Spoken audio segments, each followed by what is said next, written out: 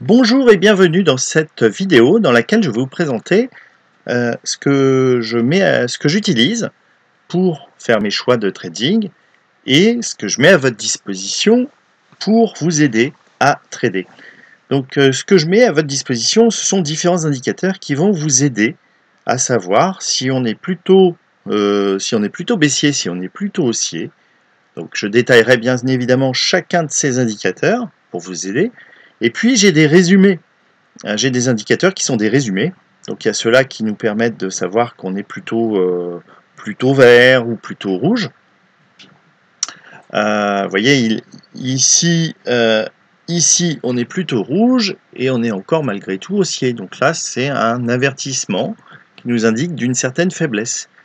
Et puis ici, on a la tendance qui nous dit, bah voilà, là, on est globalement en bonne tendance haussière et ici encore, et ici encore. Donc là, ça nous permet d'avoir un avertissement qui nous permet de dire attention, il faut faire attention. Ensuite, on a l'indicateur Ma Sélection Zen qui nous indique, qui est un screener, donc qui me permet de savoir que voilà, cette action, elle est sortie ce jour-là, et puis ce jour-là, voilà, pendant toute cette période, cette action a fait partie de la Sélection Zen.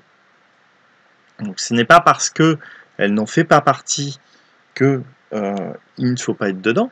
Hein, c'est pas ah elle est là, j'achète, et puis ah elle y est plus, je vends. Donc c'est un petit peu plus subtil que ça, mais c'est pas très compliqué. Donc cet indicateur, Ma Sélection Zen. On a aussi l'indicateur web directionnel. Alors celui-là, il est vraiment très intéressant parce qu'il permet vraiment de rentrer en position dès le début d'une hausse ou dès le début d'une baisse. Donc j'ai un screener qui me permet de ressortir les actions lorsqu'elles sont en début de hausse ou lorsqu'elles sont en début de baisse.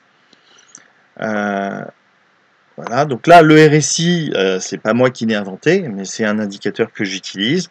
Et puis les volumes, là non plus, c'est pas moi qui l'ai inventé, mais c'est un indicateur à prendre en compte qui est assez intéressant. Et puis voilà, l'indicateur web énergique qui permet de détecter des anomalies au niveau des volumes. Voilà, on voit des forts dépassements de volume. Après un moment où il y a très peu de volatilité, donc on passe d'une volatilité très faible à une volatilité explosive. Donc ça veut dire qu'on a les cours qui décollent littéralement. Donc on a eu cet indicateur ici, voilà, on a eu cet indicateur ici.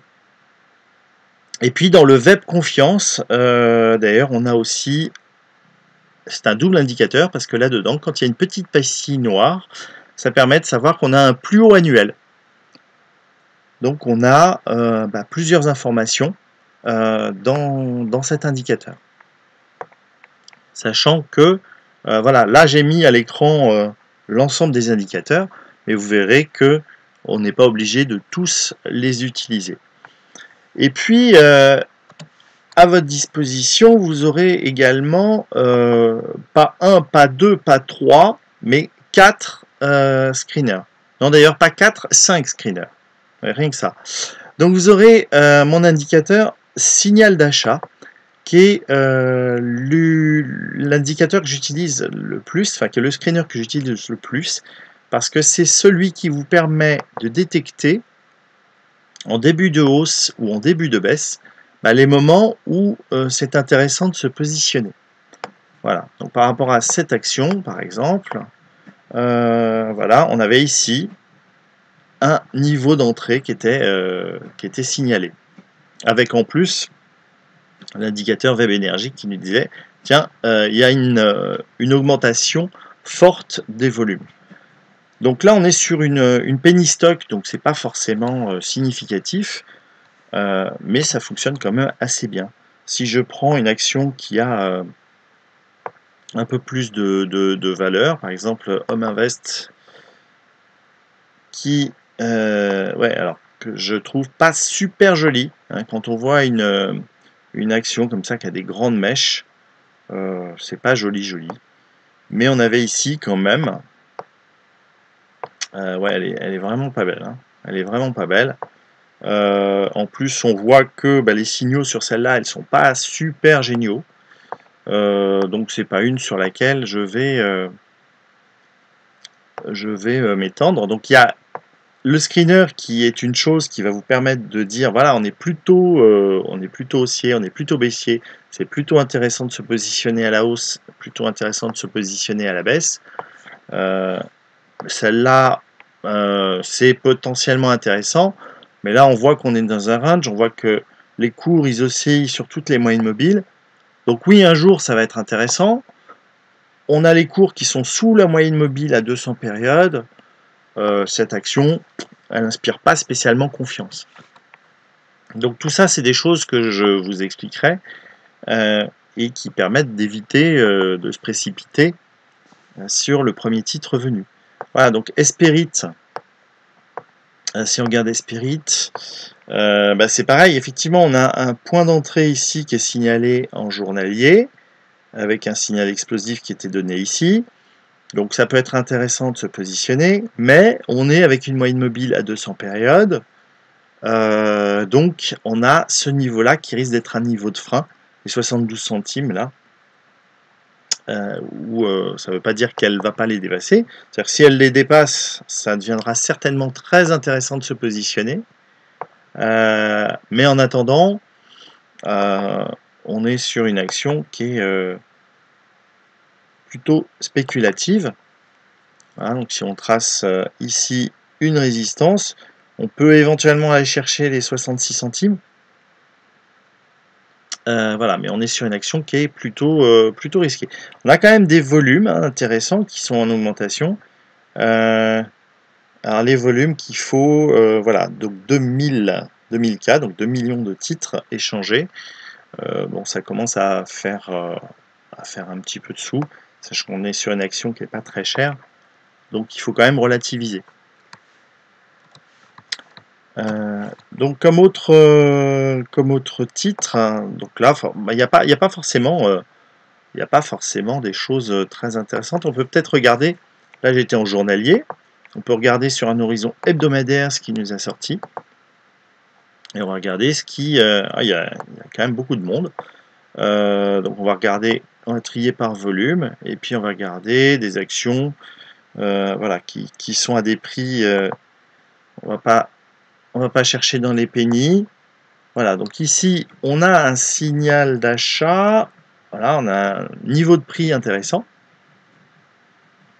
Si on regarde un petit peu l'historique de ce que ça nous avait donné avant, on avait ici un signal d'achat. Donc le signal d'achat ici nous faisait rentrer pas tout à fait... enfin, quand on a le signal d'achat, on n'achète pas au prix du marché. On va attendre un léger tracement et donc on aurait pu l'acheter légèrement moins cher.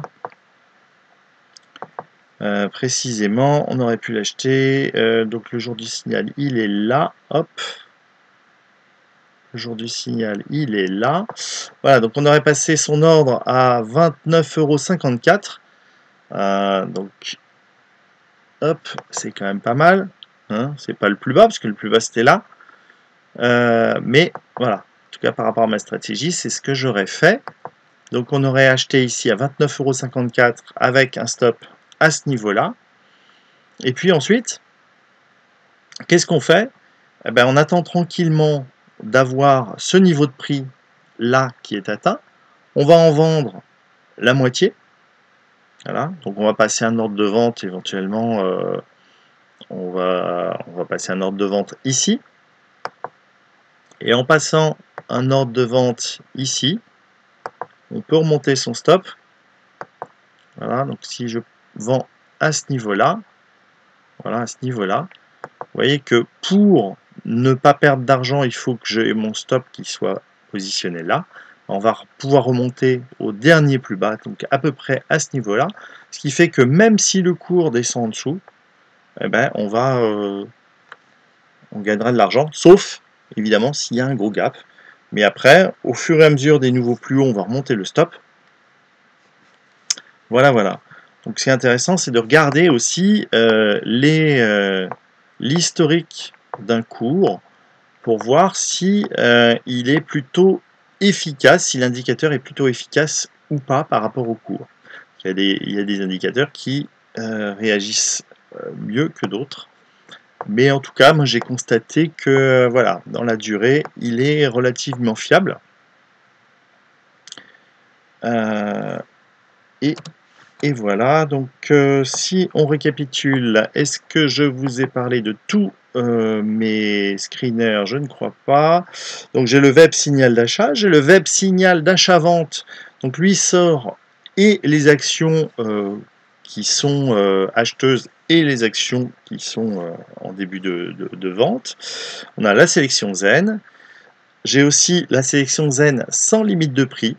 C'est-à-dire que dans la sélection Zen, j'exclus les penny stocks.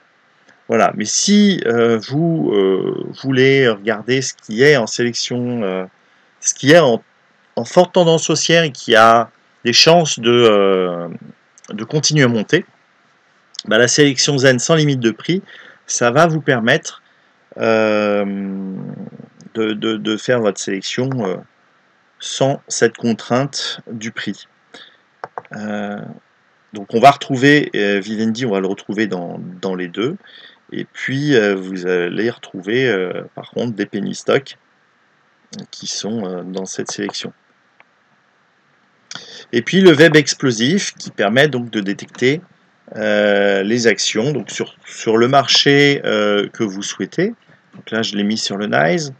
Je peux le faire sur les marchés européens et sur l'horizon que je souhaite.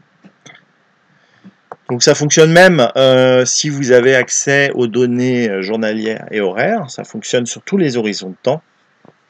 Donc là je suis rentré sur un Pro Realtime, sur une version de Pro Realtime qui est dans laquelle il n'y a que la version hebdo et journalière. J'ai aussi chez plusieurs brokers, j'ai accès au temps réel. J'y ai accès par exemple chez IG, et j'y ai accès aussi pour les devises avec LMAX. Et donc on peut le faire tourner, on peut faire tourner ces indicateurs et ces screeners à partir du moment où vous avez Pro Realtime sur l'ensemble des horizons de temps. Voilà, donc c'est tout pour cette vidéo. Dans d'autres vidéos, je vous expliquerai un petit peu plus en détail comment on prend position. Voilà, dites-moi en commentaire si vous pensez que cet outil peut vous aider. En tout cas, l'outil n'est qu'un outil d'aide à la décision. Derrière, pour que ça fonctionne, il faut un plan de trading pour éviter de cramer son capital, pour éviter de faire des bêtises. Et tout ça, je vous l'explique au sein de ma formation. Et je vous dis à très bientôt. Ciao, ciao!